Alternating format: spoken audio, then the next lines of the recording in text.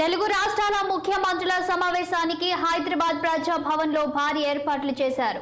ఈ కీలక భేటీకి తెలంగాణ రాష్ట్ర అధికార యంత్రాంగం సర్వం సిద్ధం చేసింది.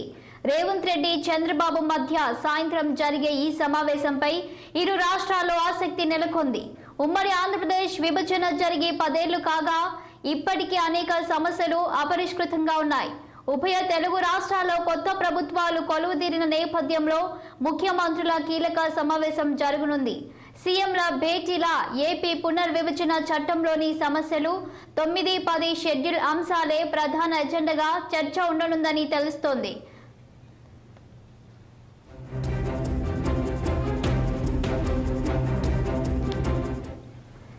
ఇక ఇదే అంశానికి సంబంధించి మరింత సమాచారం మా పొలిటికల్ బ్యూరో చీఫ్ రామ్ అందిస్తారు లైవ్ లో. రామ్, చెప్పండి, ఇక 10 ఏళ్లుగా కొలికి రాని 2 రాష్ట్రాలకు సంబంధించిన సమస్యలు ఈ భేటీతో కొలికి వచ్చే అవకాశం ఉందా? ఈ భేటీకి సంబంధించి రాజకీయ విశ్లేషకులు, పరిశీలకులు ఏమంటున్నారు? మర్కాషపట్లో 2 రాష్ట్రాల ఇటు తెలంగాణ ముఖ్యమంత్రి రేవంత్ రెడ్డి, ఏపీ ముఖ్యమంత్రి చంద్రబాబు నాయుడుల ఇద్దరి ఉమ్మడి సమావేశం మన హైదరాబాద్ లోని ఏదైతే గతంలో బీఆర్ఎస్ ప్రభుత్వ హయాంలో ప్రగతి భవన్ తో నిర్మించిన భవన్ ను ఇప్పుడు కాంగ్రెస్ పార్టీ అధికారంలోకి వచ్చాక మహాత్మా జ్యోతిబా పూలే ప్రజా భవన్ గా మార్చింది. ప్రస్తుతం మనం ఈ ప్రజా భవన్ వేదికగానే ఈ రోజు 2 రాష్ట్రాల ముఖ్యమంత్రుల సమావేశం జరిగింది. ఇది మన ఉన్న మహాత్మా జ్యోతిరావు పూలే ప్రజా భవన్. ఈ భవనంలోనే ఇవాళ అటు తెలంగాణ ముఖ్యమంత్రి రేవంత్ రెడ్డి, ఏపీ ముఖ్యమంత్రి చంద్రబాబు నాయుడు ఇద్దరు ఉమ్మడి సమావేశం జరుగుతా ఉంది. 2014లో రాష్ట్ర విభజన జరిగిన అనంతరం కేంద్ర ప్రభుత్వం నిర్మించిన విభజన చట్టంలో అంశాలను ఈ రోజు పొందుపరిచే అంశాలను ఇంకా ఏ అంశాలు కొలిక్కి రాలేదు, ఇప్పటి వరకు పరిష్కారమైన అంశాలు ఏంటి అనే దానిపైన ఈ రోజు 2 రాష్ట్రాల ముఖ్యమంత్రులు భేటీ అవుతా ఉన్నారు. ప్రస్తుతం మనం ఏదైతే ఈ 2 రాష్ట్రాల ముఖ్యమంత్రి సమావేశానికి ఆంధ్రప్రదేశ్ నుంచి ముఖ్యమంత్రి చంద్రబాబు నాయుడుతో పాటు ప్రభుత్వ ప్రధాన కార్యదర్శి నీరవ్ కుమార్, అదేవిధంగా మంత్రులు అందులో సురేష్, అనగాని సత్యప్రసాద్ తో పాటు ఎంత కూడా భేటీ అవుతున్నారు. కాబట్టి ఈ రోజు ఈ తెలంగాణ నుంచి ముఖ్యమంత్రి రేవంత్ రెడ్డితో పాటు కేవలం ఉప ముఖ్యమంత్రి, ఆర్థిక విద్యాశాఖ మంత్రి బట్టి విక్రమార్క ఒక్కరే హాజరవుతున్నట్టు చెప్పడం జరిగింది. దీంతో పాటు అటు అధికారులు, ఇతర అధికారులు కూడా ఇక్కడ ప్రభుత్వ ప్రధాన కార్యదర్శులు, మిగతా కొన్ని ముఖ్య శాఖల కార్యదర్శి కూడా ఈ సమావేశంలో ఉంటారు. అయితే ఈ 2 రాష్ట్రాల అంశాలకు సంబంధించింది మొత్తం కూడా ఇప్పటికీ కేంద్ర ప్రభుత్వం ఒక 30 సమావేశాలకు పైగా జరిపినప్పటికీ కూడా ఇంకా చాలా సమస్యలు పెండింగ్ లో ఉండడం జరిగింది. మనం ప్రస్తుతం ఇది ఎదురుగా కనబడుతున్న ఈ ప్రజాభవన్ వేదికలోనే ఈ రోజు ఈ 2 రాష్ట్రాల ముఖ్యమంత్రుల సమావేశం కొనసాగుతూ ఉంది. గతంలో ఈ ప్రగతి భవన్ లో ఈ రోజు ముఖ్యమంత్రిగా కేసీఆర్ ఉన్న సమయంలో 2019లో ఏపీలో వైసీపీ ప్రభుత్వం జగన్మోహన్ రెడ్డి ముఖ్యమంత్రి అయ్యాక ఈ రోజు 2019లో ఆ 2 రాష్ట్రాల ముఖ్యమంత్రుల సమావేశం ఇదే ప్రగతి భవన్ వేదిక జరిగింది. అంతకుముందు చంద్రబాబు నాయుడు 2014లో రాష్ట్రం ఏర్పడిన తర్వాత మొదటిసారి ముఖ్యమంత్రి అయ్యాక ఏదైతే సమావేశం జరగలేదు. కేవలం అమరావతిలో జరిగిన భూమి పూజ శంకుస్థాపన కార్యక్రమాన్ని మాత్రమే చంద్రబాబు కేసీఆర్ ఆహ్వానించారు. అక్కడ ప్రధాని నరేంద్ర మోడీ కూడా ఆ సమావేశం కాదు, ఇక్కడ తెలంగాణ నుంచి కేసీఆర్ కూడా హాజరయ్యారు. ఆ తర్వాత ఏదైతే రాజ్భవన్ లో ఎత్తుబొమ్మ కార్యక్రమంలో సంబంధించిన కార్యక్రమంలో మాత్రం నరసింహన్ ఆధ్వర్యంలో రాజ్భవన్ లో జరిగిన ఎత్తుబొమ్మ కార్యక్రమం మాత్రం ఈ రోజు చంద్రబాబు నాయుడు అటు కేసీఆర్ హాజరయ్యారు. 2019లో జగన్మోహన్ రెడ్డి ప్రభుత్వం వచ్చాక జరిగిన సమావేశం తర్వాత కాళేశ్వరం ప్రాజెక్టు ఓపెనింగ్ సందర్భంగా జగన్మోహన్ రెడ్డి కూడా అక్కడ పాల్గొనడం జరిగింది. ప్రస్తుతం ఉన్న పరిస్థితులు చూస్తే అటు వైసీపీ అధినేత జగన్మోహన్ రెడ్డి ముఖ్యమంత్రిగా మొన్న ఎన్నికల్లో ఓడిపోయి దిగిపోవడం, ఇక్కడ రాష్ట్రంలో కూడా 2018లో జరిగిన అసెంబ్లీ ఎన్నికల్లో ఈ రోజు రాష్ట్రంలో టీఆర్ఎస్ ఓడిపోయి మాజీ ముఖ్యమంత్రిగా కేసీఆర్ నిలబడిపోవడం, ఈ రోజు ముఖ్యమంత్రిగా రేవంత్ రెడ్డి కావడం, అటు చంద్రబాబు నాయుడు కావడం. కాబట్టి ఇద్దరు ముఖ్యమంత్రులు అయ్యాక తొలిసారి ఈ ముఖ్యమంత్రుల భేటీ కొనసాగుతున్న నేపథ్యంలో ఈ సమావేశానికి చాలా ప్రాధాన్యత సంతరించుకొని చెప్పనుకోవాలి. తెలంగాణ ప్రభుత్వం ఇప్పటికే ఏపీ ముఖ్యమంత్రి ముందు ఉంచాల్సిన అంశాలపై మీడియాకు తెలపడం కానీ, అదేవిధంగా సంబంధిత అధికారులు, సంబంధిత మంత్రులతో కూడా ముఖ్యమంత్రి రేవంత్ రెడ్డి కూర్చొని సంప్రదింపులు జరపడం, సమావేశాలు జరపడం, స్పష్టంగా మనం తెలంగాణ నుంచి ఏ విషయాలు అడగాలనో ఆ విషయాల్ని లిఖితపూర్వకంగా ఈరోజు ఏపీ ముఖ్యమంత్రి చంద్రబాబు నాయుడు ముందుంచేందుకు సిద్ధమయ్యారు. ఇటు నిన్న హైదరాబాద్ నగరానికి చేరుకున్న ఏపీ ముఖ్యమంత్రి చంద్రబాబు నాయుడు కూడా ఇవాళ తన నివాసంలో సంబంధిత అధికారులతో, మంత్రులతో కూడా భేటీ అయ్యి తెలంగాణ రాష్ట్ర ప్రభుత్వం ముందు ముఖ్యమంత్రి ముందు ఏపీ నుంచి ఏ విషయాలు స్పష్టంగా ఉంచాలో అవన్నీ కూడా లిఖితపూర్వకంగా లేఖ ఇచ్చేందుకు కూడా ఏపీ ముఖ్యమంత్రి సిద్ధమవుతున్నారు. అయితే 2014లో ఏర్పడిన రాష్ట్రం మొన్న జూన్ 2వ తేదీకి 10 సంవత్సరాలు పూర్తయిన సందర్భంగా ఈరోజు హైదరాబాద్లో ఉమ్మడి భవనాలు కానీ ఉమ్మడి ఆస్తులకు సంబంధించిన విషయాల్లో మాత్రం ఈరోజు చర్చ జరుగుతూ ఉంది. మొత్తం కూడా ఈరోజు చర్చ జరుగుతూ ఉంది.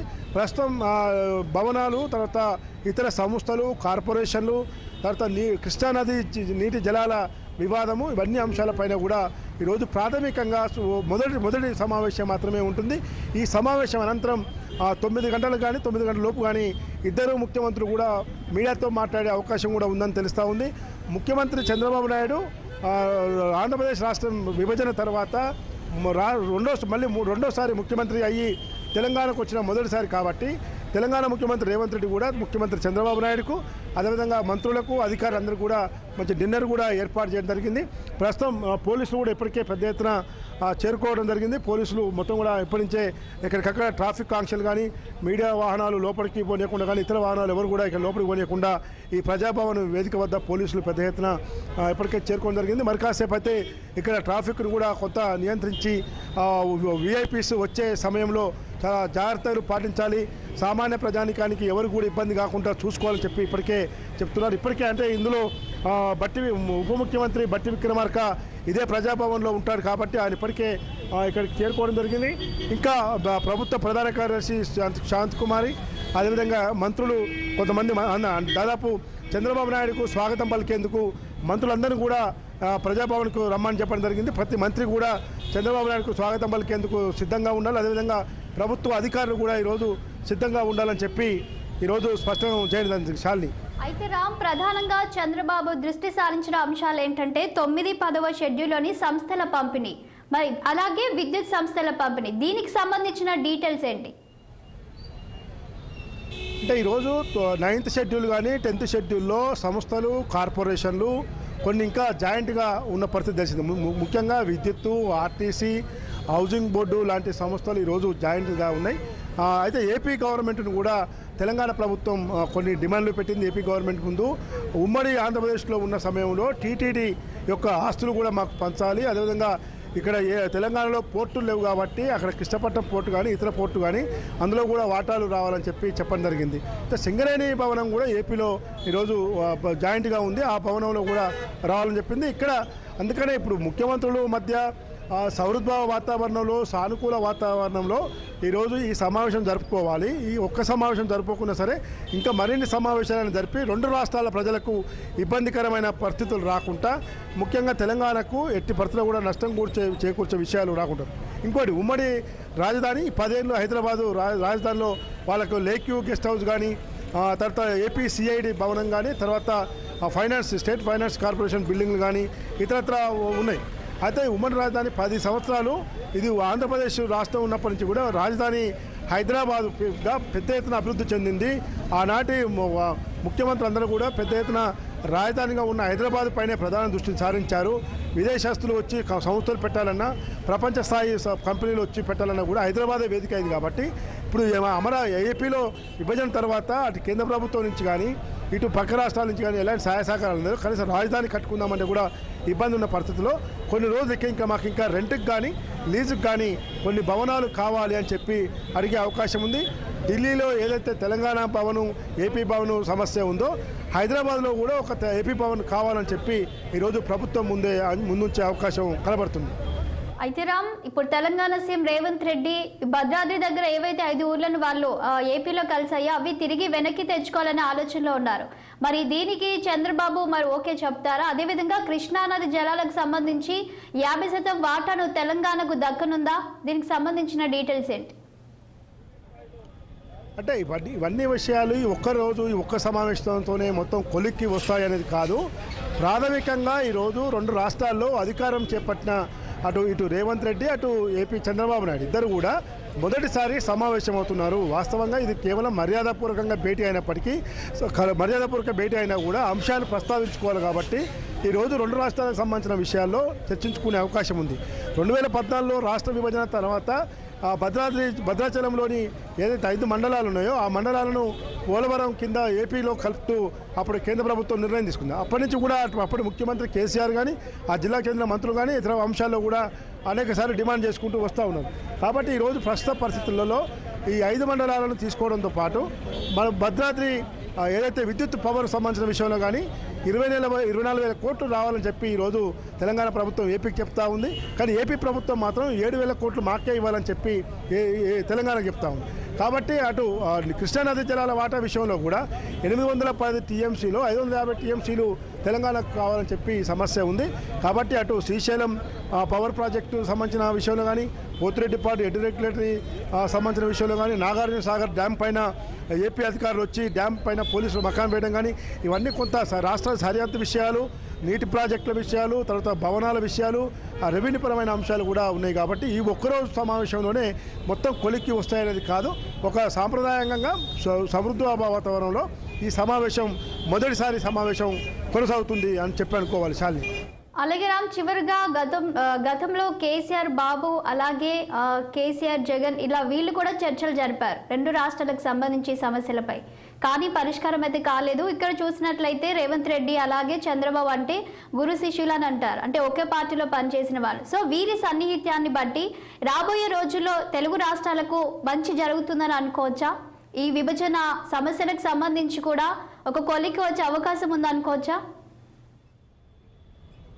శాలిని, వాస్తవమే. అంటే చంద్రబాబు నాయుడు గతంలో ముఖ్యమంత్రిగా ఉన్నప్పుడు కానీ రాష్ట్రంలో సమైక్య రాష్ట్రంలో ప్రతిపక్ష నాయకుడిగా ఉన్నప్పుడు కానీ రేవంత్ రెడ్డి తెలుగుదేశం పార్టీలో పనిచేశారు, వర్కింగ్ ప్రెసిడెంట్గా పనిచేశారు, ఎమ్మెల్సీగా పనిచేశారు, ఎమ్మెల్యేగా పనిచేశారు. కానీ ఆనాటి గురు శిష్యుల సంబంధం అయినప్పటికీ కూడా ఈరోజు చంద్రబాబు నాయుడు ఏపీకి రాష్ట్రం విడిపోయాక ఏపీలో 2వసారి ముఖ్యమంత్రిగా బాధ్యతలు చేపట్టాడు. రాష్ట్రం విడిపోయాక మొదటిసారి రేవంత్ రెడ్డి ఇక్కడ తెలంగాణకు సీఎం అయ్యాడు. కానీ సీఎంల తరహాలో మాత్రమే అధికారికంగా ఈ సమావేశాలు జరుగుతాయి తప్ప అనధికారికంగా ఎలాంటి సమావేశాలు జరిగాయి. ఏదున్నా అధికారికంగా రాతపూర్వకంగా 2 ప్రభుత్వాల మధ్య 2 ప్రభుత్వాల ప్రధాన కార్యదర్శులు కూడా అంతా కూడా ఉంటారు. కాబట్టి ఈ అంశాల మార్గనే ఈ సమావేశం ఉంటుంది తప్ప ఈ సమావేశం అనంతరం ఖచ్చితంగా 2 రాష్ట్రాల యొక్క ప్రజలకు అనుకూలంగానే ఫలితాలు వచ్చే విధంగానే సమావేశాలు కొనసాగాలని చెప్పి 2 ప్రభుత్వాలు భావిస్తున్నట్టు తెలుస్తుంది. శాలిని.